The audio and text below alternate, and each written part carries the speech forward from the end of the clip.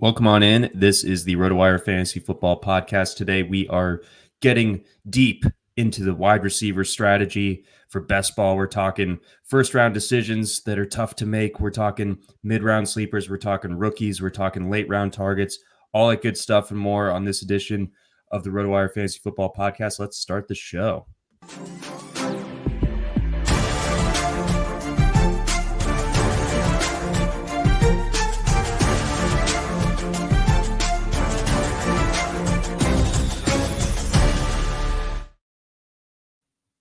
Welcome on in. This is the RotoWire Fantasy Football Podcast. I'm your host, John McKechnie. That is Mario Puig. This podcast presented to you by our friends over at Prize Picks.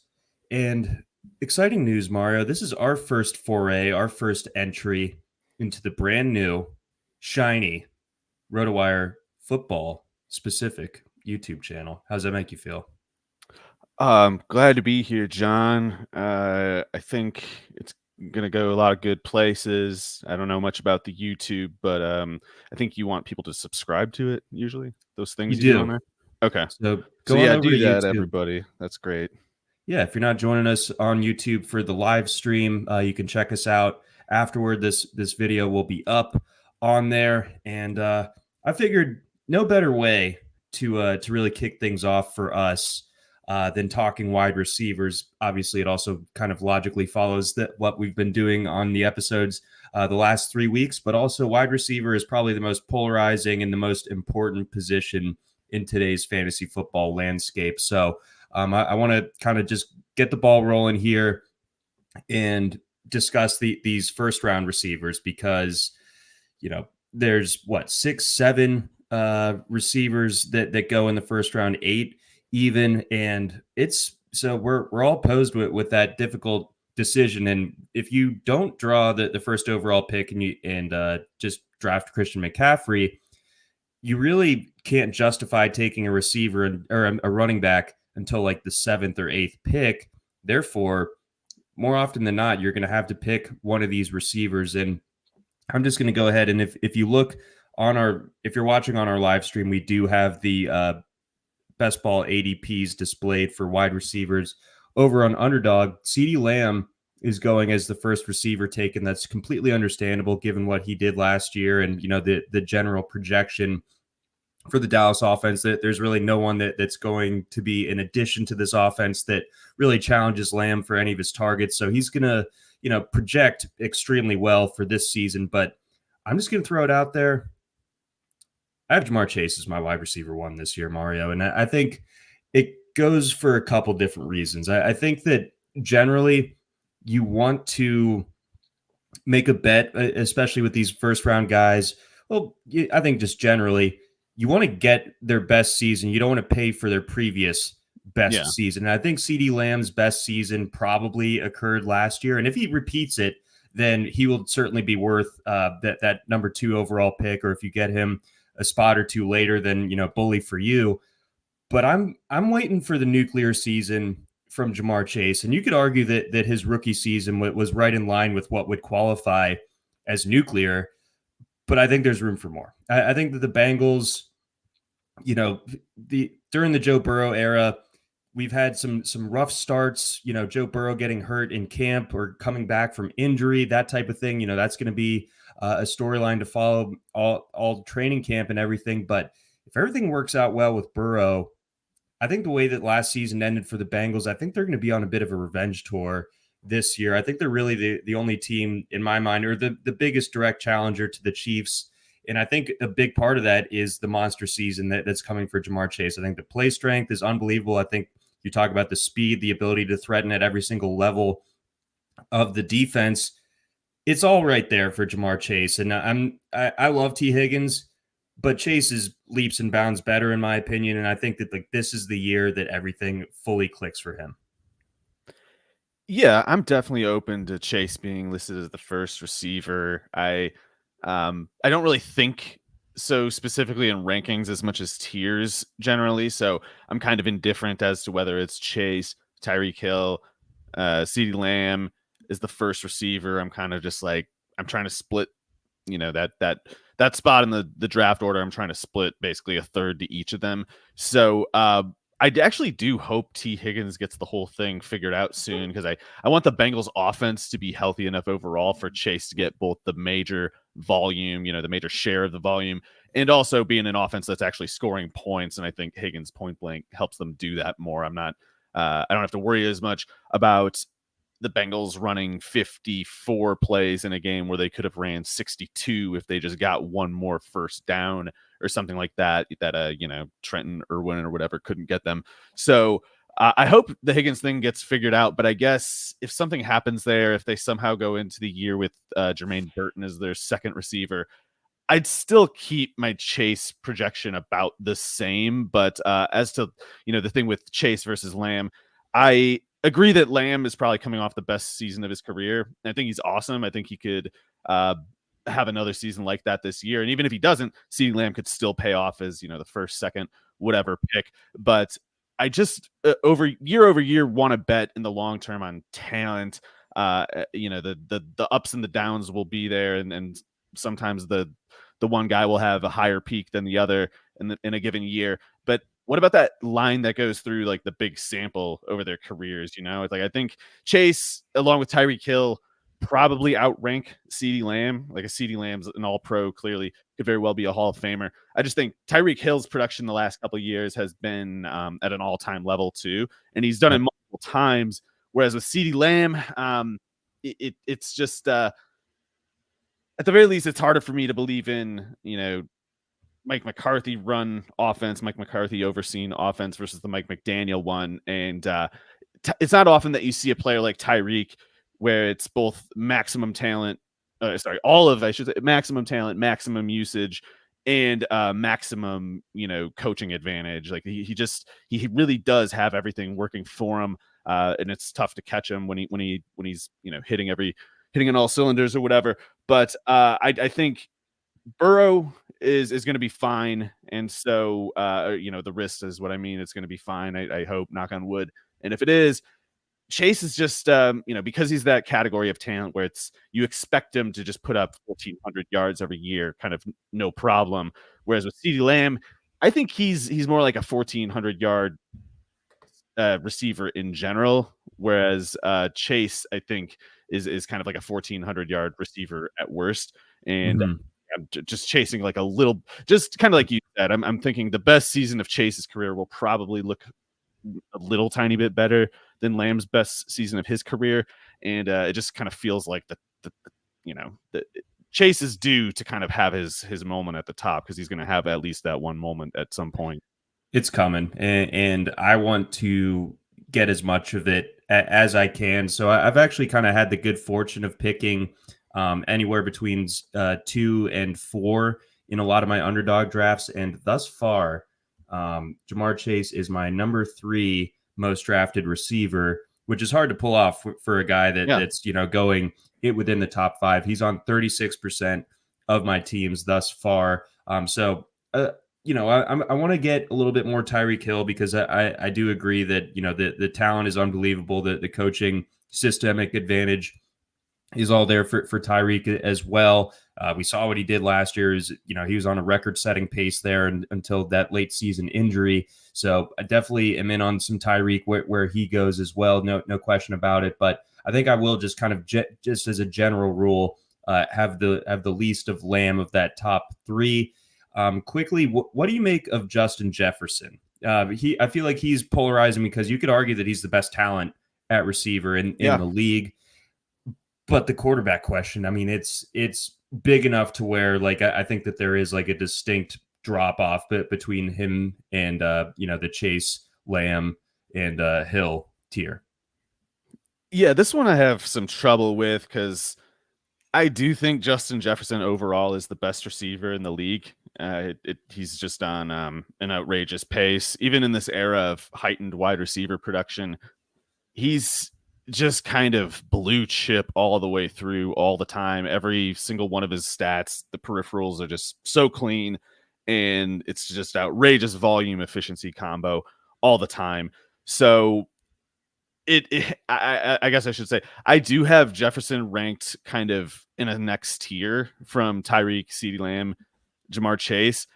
And I can't tell if I'm wrong to do that because I don't think Justin Jefferson needs a high level of quarterback play to produce. And I think Sam Darnold, JJ McCarthy actually should be good enough. The kind of quarterback who would be problematic for Jefferson as I think one who uh, I don't know. It's hard to think of how bad it would need to get, but it would almost need to be a situation where it's like a run heavy quarterback and they're just not throwing as many passes. Because if a team throws the ball, even with Jordan Addison, worth noting, I guess we don't know what's going on with Hawkinson. He might be out like a little bit of the season, not quite himself. Even with Addison there, a team throwing the ball 30 times in a game is probably throwing it to Jefferson at least 8 to 10 times. And he's always going to average 8 or more yards a target. Like, I don't think it matters who the quarterback is. So I'm actually I'm getting a little anxious that maybe I should have more Jefferson exposure, especially if there's times where I could get him at like 5 or 6. I hate that one spot where you have to go from a talent like Jefferson with the usage that he has, no offense, to a guy like Amon-Ra St. Brown, who I think is just kind of totally maxed out and is like a magnitude less.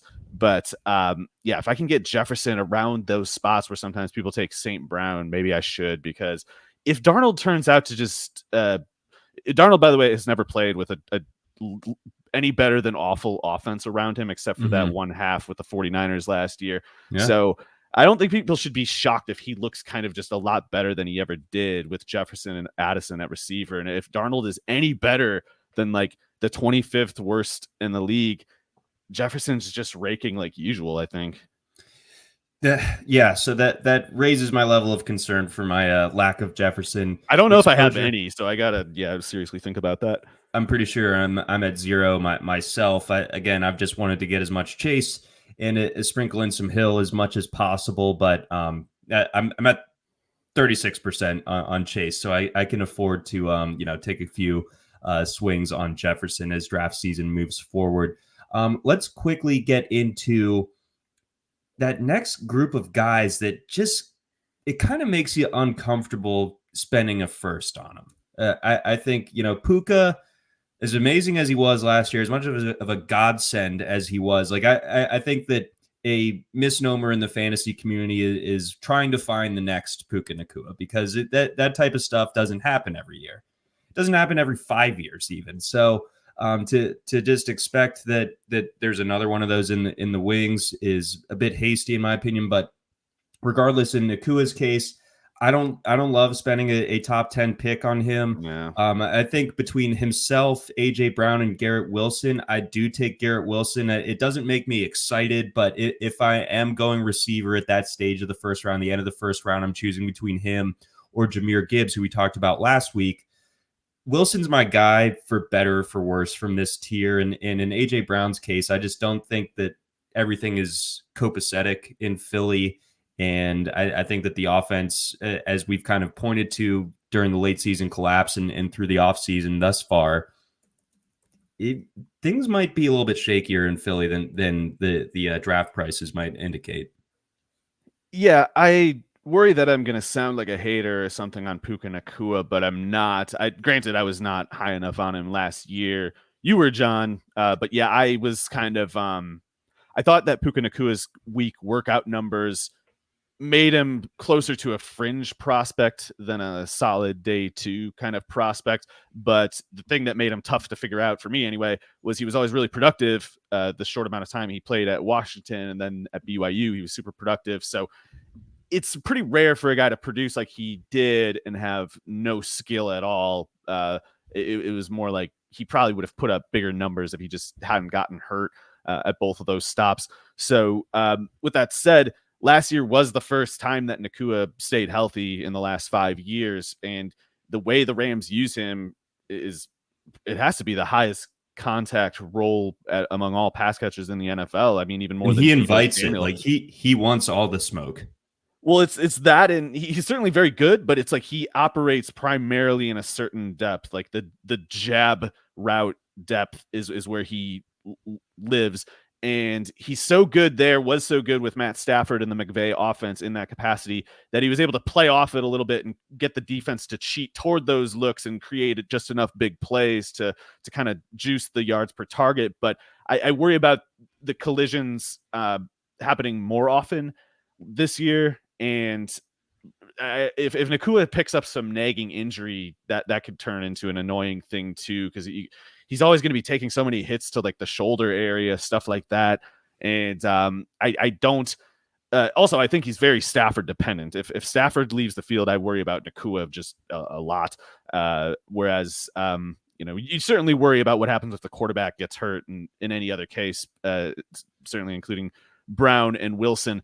But to me, both Brown and Wilson are safely a higher talent tier than Nacua. And I mean, we saw how good Garrett Wilson caught like 90 passes last year with Tim Boyle and Zach Wilson and some other guy at quarterback.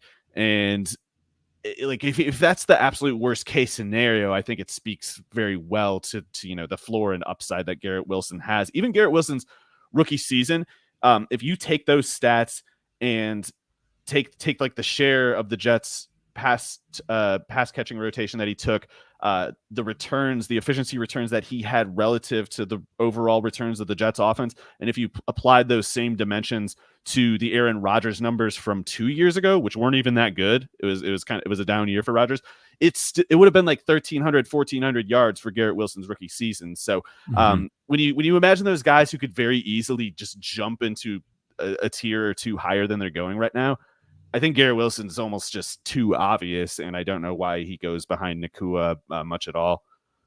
I don't either. So when posed with that decision, I'm going Garrett Wilson every time. I do think that he is probably more talented than Nacua, like you said, by a decent enough margin. And yeah, I mean, for him to do what he did, like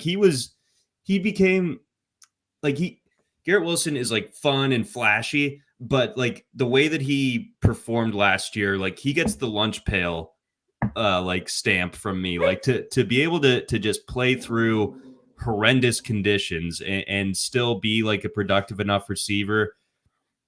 That's hard hat stuff. That's lunch pail stuff. Love that from Garrett Wilson. Garrett Wilson kind of has Steve Smith brain a little bit, with hope, fewer physical assaults, hopefully. we like the Steve Smith brain. I think Steve Smith is, I mean, he's a maniac, but it's part of why he was such an insanely good receiver. It's you can't really separate the two.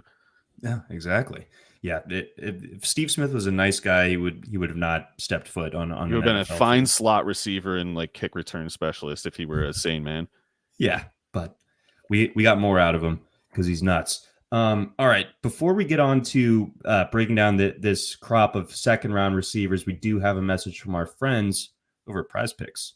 Prize Picks is the best way to get action on sports in more than 30 states across the country. Prize Picks is really simple to play. I can make my picks and submit my entry in less than 60 seconds. You just pick more or less on 2 or more player stats and watch the winnings roll in.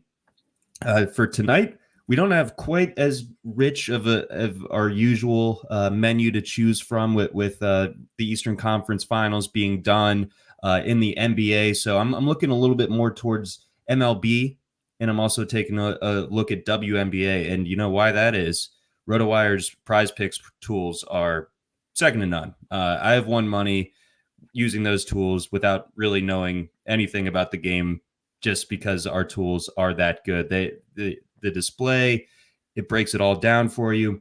Really, really recommend going to rotowire.com, checking out the Prize Picks section in the picks and props section up at the top of the navigation screen. Easy to find, and I think you will like it as well. Quick withdrawals, easy gameplay, and enormous selection of players and stat types are what makes Prize Picks the #1 daily fantasy sports app. Download the app today and use code ROTOPOD for a first deposit match up to $100. That's promo code ROTOPOD, ROTOPOD, for a first deposit match up to $100. Pick more, pick less. It's that easy. We also got a message from our friends over at Blue Wire.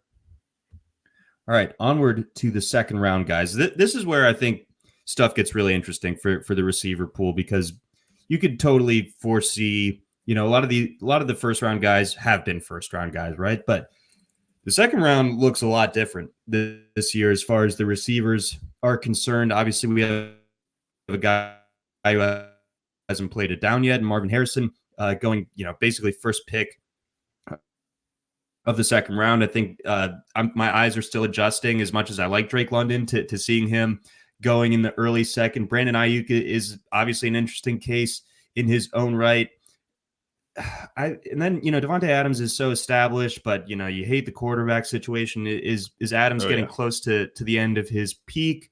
And then Chris Olave. So of this crew, how are you handicapping it? How are you going about it? Who are you fading? Who are you targeting? Well, there's definitely a lot in there that I kind of don't want to end up with for the current price, but I will say, as much as I hate where the market has gone and where it just kind of seems to be going more and more all the time at receiver, which is to say inflation. Harrison at 9 in the wide receiver order, Drake London at 10 in the wide receiver order.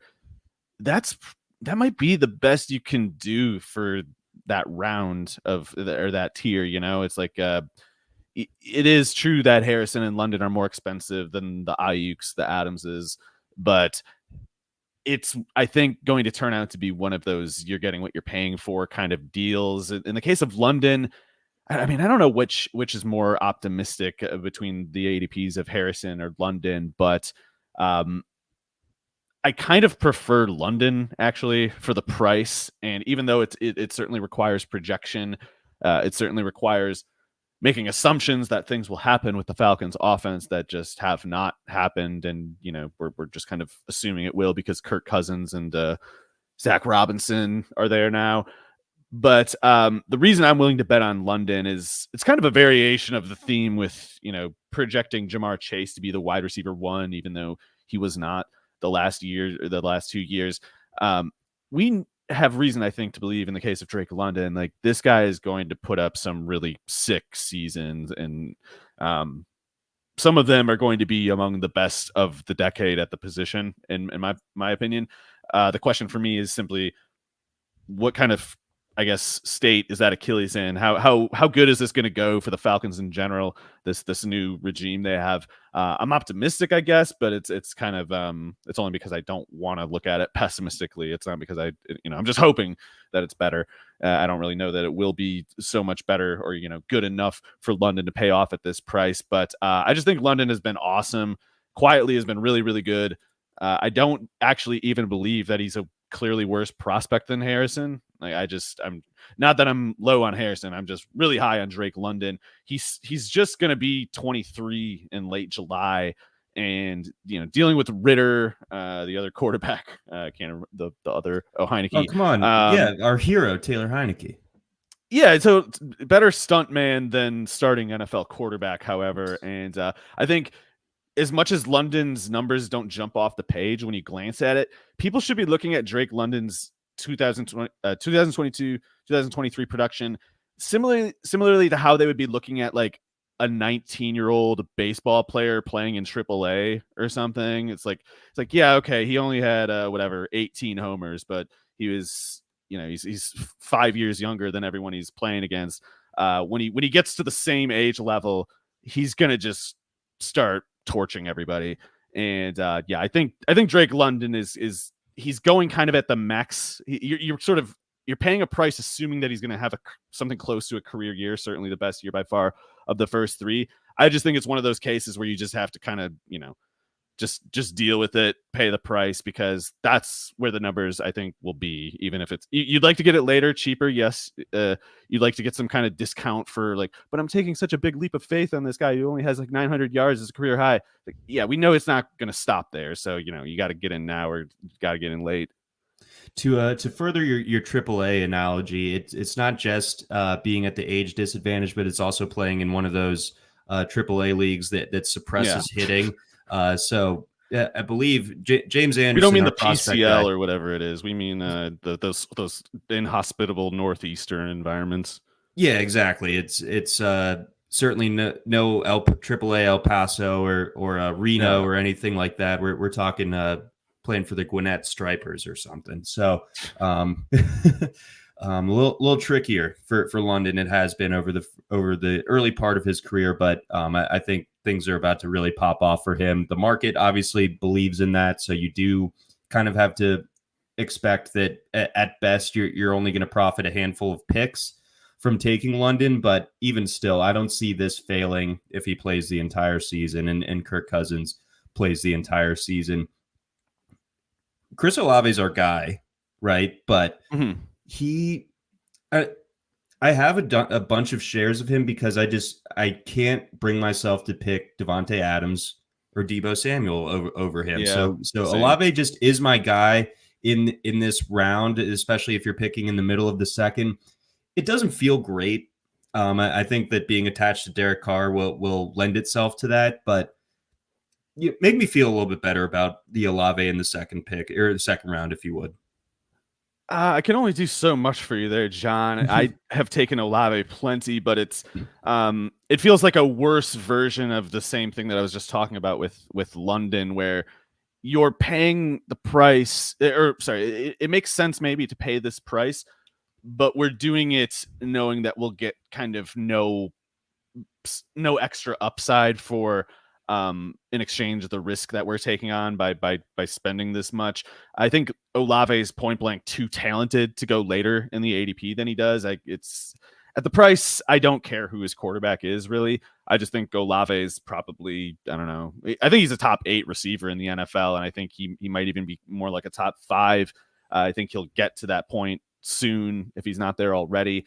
And yeah, I think there's only so much Carr can drag him down. However, there's only so much an offense can do to drag Carr along too, and there will be concrete limitations with that. Just Derek Carr is not throwing 35 touchdowns this year. It won't happen. So Olave can't do like if Olave was playing for the Texans, I'd take him first overall.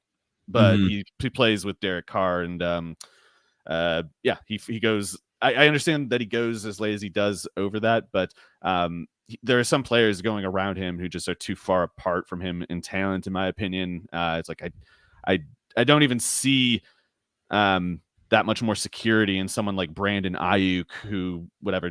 I think Olave is clearly the better player, even though Ayuk is clearly very good. But I also look at Ayuk's numbers last year in an offense that strives to throw 25 passes a game. It's like this is clearly going to regress. There's no up. The upside here is like Kittle and Deebo both get hurt, or Deebo traded, Pearsall gets hurt, whatever it needs to be. Whereas with Olave, it's like, yeah, it kind of sucks, but he's not going to have a 900-yard year unless he misses time. And Right. I think he's like a lock for 1,100 to 1,200, even if he can't get you to 1,400 or the 12 touchdowns or whatever. So actually, John, not to speed ahead too much, but rather than Ayuk, Devontae, Mike Evans, I kind of prefer to go at the Texans guys, pretty much any of them where they go. I'm a little higher on Diggs than most people. I think him and Nico should pretty much go back to back and probably both ahead of Ayuk, Devontae.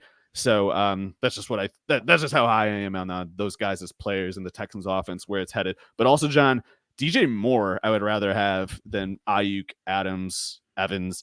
And I can even see the case for putting Moore ahead of either of the Texans guys, even though I see it as kind of like splitting the three. So I'm glad you brought that up. Who's tied for my exposure percentage with Ja'Marr Chase? DJ Moore. Anytime that I can kind of foresee the 80 or the draft going in a certain way, where coming back around in the third, I'm going to have access to DJ Moore, I'm just taking him. I think that this is an awesome setup for him. I think he's unbelievably talented. I wouldn't say he's underrated at this point, but I think that there's still like more recognition yet that could be coming DJ Moore's way. I think that he's unbelievable after the catch. I think that this is going to be the best quarterback situation that he's played in probably ever. Like, so yeah, John, check this out. So Justin Fields is, not that I even believe this, but apparently Justin Fields is just the worst passer in the NFL, right? Like all the quarterbacks, coaches, guys were just like, oh, I want Tyson Badgen's better. I get rid of him. Well, okay, if Justin Fields is just this abominable passer, then if Williams is anything other than abominable, we should apparently be projecting league leading potential for DJ Moore. And I think the truth is somewhere in the middle. I don't think Fields is as bad as everyone thinks, but Williams is as good as he's supposed to be, I think.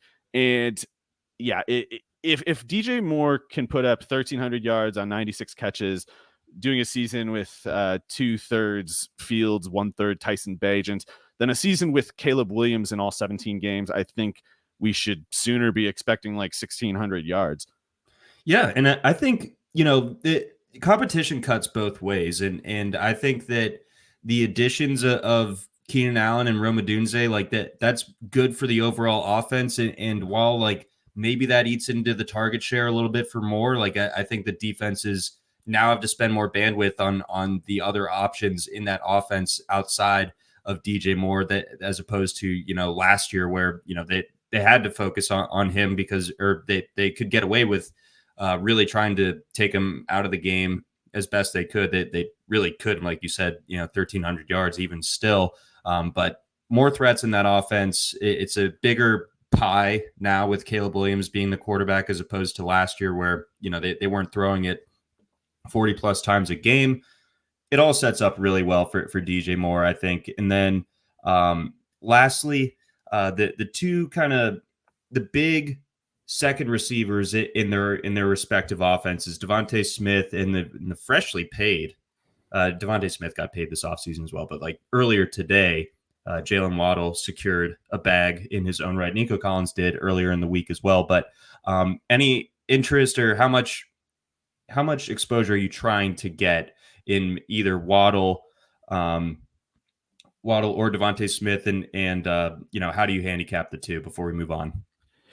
Yeah, sorry for skipping Waddle before. I do like him quite a bit. I still prefer DJ Moore. Now that I think about the Moore thing, I actually think there's a case for him to go after Garrett Wilson, but you don't need to take him there. You can have your cake. You need it too. Anyway, back to Waddle. I think Waddle's awesome. I am a little concerned at how often he's been injured in the NFL. Like Waddle has played through pretty much everything that he's come down with, but that guy misses so many practices. It's unbelievable. And he clearly, I mean, he doesn't even really need to do it. Apparently he goes on the field, just torches. I mean, it's kind of funny how much his 2022 box score looks like his Alabama box scores. Like, oh yeah, 11.6 yards a target. Why not? And you'd think that's just kind of a fluky thing with him, but it's not. I mean, I think that 9.8 yards a target last year is it's not the worst it can get. But we saw his rookie year when he had 104 catches. That was just the low depth of target there was the product of this, was the cause of that 7.2 yards per target. Now they're using him differently. He's more of like a home run, kill shot kind of receiver. And even though he can't match Tyreek Hill when they're both on the field, Waddle is still insane. I mean, his per snap numbers the last 2 years are just perfectly clean.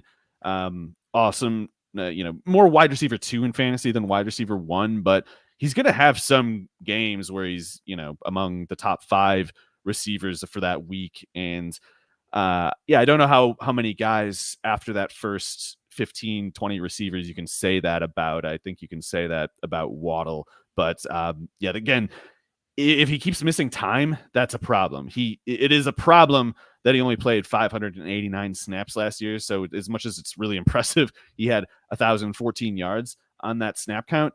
We still need that snap count to go up to cleanly pay off where he goes. Yes, we do. So, I think that he can, like, the offense is set up in a way for him to, I like point blank. I think that I prefer the skills that Waddle brings to the table over Devontae Smith, and I think that the Miami. Oh yeah, he's the better player. Jalen Waddle is. I think so as well, and I think just the offensive structure, it allows both Tyreek Hill and Jalen Waddle to eat. And I think you could also make the argument, like I was making about Jamar Chase, that we still haven't seen Jalen Waddle's best season. I don't think that his wide receiver 1 overall season is coming as long as Tyreek Hill is there, but there's room for him to finish this year among the wide receiver 1s potentially, and if nothing worse, I think that he'll be top 14, something like that. So like really high end wide receiver 2 type of stuff from Waddle is my expectation. Let's grab a quick read from our friends over at Circa. Level up this year's fantasy football draft and make Stadium Swim your number one pick. Stadium Swim at Circa Resort and Casino in downtown Las Vegas is America's favorite place to watch sports. 3 levels, 6 pools, and a 143-foot screen. It's the place to bring your league this season. Blow this year's draft out of the water with Stadium Swim's complete draft package. Make your picks poolside from the comfort of a temperature-controlled cabana with a custom Stadium Swim draft board and more. Plus, when you book a draft this season at Stadium Swim, your league will be entered to win the ultimate draft experience in 2025. Best league name wins it all. So you got to bring your best for that when you're naming your league. Don't miss out on all the fantasy football fun. Stadium Swim is a 21 and up venue. For all the details and to reserve your spot today, go to circalasvegas.com. All right, Mario, let's round it out taking a look at the rookies. I think that we don't really have to spend a ton of time in saying, I think if any of our listeners are checking this one out, they know how we feel about Malik Nabers being a mid-third round guy, especially when Devontae Smith is going right after him, DJ Moore shortly before Pittman right there. I mean, I'm more curious about Cooper Kupp, I think, than Malik Nabers for this year. So I'm just kind of out on him. But we do get kind of an interesting glut of rookie receivers that I want us to get into here a little bit later on, like into the 5th, 6th round. We're talking about Xavier Worthy, Rome Odunze, Ladd McConkey, and Keon Coleman. So those are all guys that are drafted as low-end wide receiver 3s, high-end wide receiver 4 types. Brian Thomas also in that mix as well. Don't mean to exclude him. So how are you approaching that tier of rookie receivers? Is it something that you're trying to get in most drafts? Not really. Okay. I think they're all bad values, actually. I think the way Marvin Harrison is maxed, priced toward his max output. So it is pretty much the case with all of them. Actually, it's Rome Odunze is the one that I think has the most room to actually it pretty much requires Keenan Allen missing time or kind of losing a step or something like that. But I think Odunze, Caleb Williams' offense, if the usage is there, he's, I think, taking it, and I think he's running with it. But it is admittedly a little crowded until that point. And honestly, I guess this is part of why I'm taking running backs as always, because I kind of hate this part of the ADP. But I think, for instance, Worthy, him going around, and a lot of times up until recently, actually going ahead of Marquise Brown, that doesn't make any sense to me. I'm taking Marquise Brown. Brown was a better prospect out of Oklahoma than Worthy is out of Texas, especially for fantasy football purposes. Like, there's just no way Worthy's going to be like a 100 catch receiver in the NFL. I don't know what people think, but Brown already has a 90 catch season, even when he wasn't used properly. This is the first time he's playing in an offense that is using him the way he should have been used all along. So you take the finished product over the one that's like just turned 21, needs some work. Yeah. And we love McConkey, of course. I think McConkey's more or less fine at his price, but I just think it's too much chasing the newest thing to take him at 68 in the ADP. This is, 4 picks after Calvin Ridley. This is before Chris Godwin, before Jordan Addison. So before Jackson Smith-Njigba, who was, an example of why you don't just chase the rookie receivers. It's like, how are you people bored with Jackson Smith-Njigba already that now he's going later than Keon Coleman and Brian Thomas? Come on. Anyway, I think Keon Coleman is not that great of a value, but I kind of understand it. It's especially since he might be kind of the red zone guy for Josh Allen, aside from Kincaid, I suppose. Mm-hmm. But Coleman, I worry, won't draw nearly as many targets as people expect, and I think he will be touchdown dependent. There's just and also the nightmare scenario is like, what if they try to use Keon Coleman like they did Gabe Davis, like sending him on these, just ridiculous expeditions down the field? That probably won't happen, but I think you need Coleman to give you 10 plus touchdowns, and I don't see it as like a lock that he will. So, I think the rookie receivers are kind of a bad value across the board, in my opinion. Brian Thomas, I think, will have a faster start than finish. I think the Jags have badly lacked a vertical element like he does legitimately pose. I just don't think he can draw targets on anything other than post routes and go routes, and there's other guys drawing plenty of targets in that offense. So, I'd literally much rather have Gabe Davis this year than Brian Thomas, and I think Gabe goes like 50 picks later.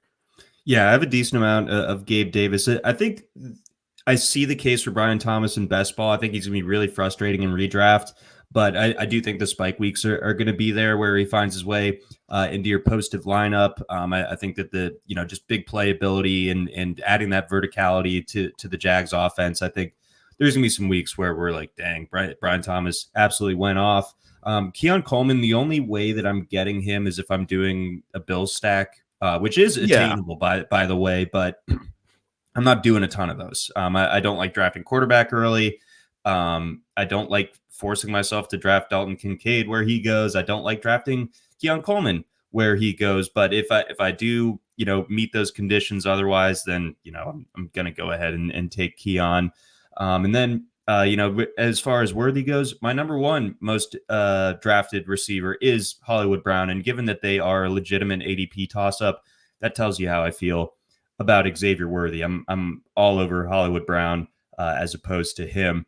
As we wind down, any other rookie receivers that are catching your eye where they're going that you're trying to get it in the later rounds?